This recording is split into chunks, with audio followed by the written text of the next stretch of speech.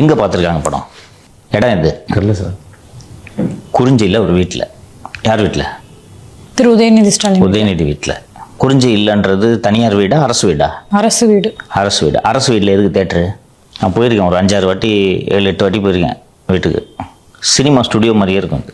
அது ஒரு கலைநயத்தோட அவரோட ரூம் நல்லா இருக்கணுன்றதுக்காக பண்ணியிருக்காங்க. அந்த புக்கும் பூரா ஒயிட் பேக்ரவுண்டு, ஒயிட் அண்ட் பிளாக்ல ஃபோட்டோ ஃப்ரேம்ஸ்லாம் மாட்டியிருக்கும். இவர் எப்போவும் வெள்ளை டிஷர்ட்டில் தான் இருப்பார் அப்படின்றதுனால பிளாக் பேக்ரவுண்டு. இவரோட அஃபிஷியல் ஃபோட்டோஸ்லாம் இன்றைக்கி அதிகாரிகளோட இதை விவாதிச்சார், அதை விவாதிச்சார்னு ஃபோட்டோலாம் வரும்ல. அப்புறம் இந்த அமைச்சர்கள்லாம் ஒரு நேருலாம் ஒரு பிறந்த நாளுக்கு போய் காலைல விழுந்து ஆசீர்வாதம்லாம் வாங்குவார்.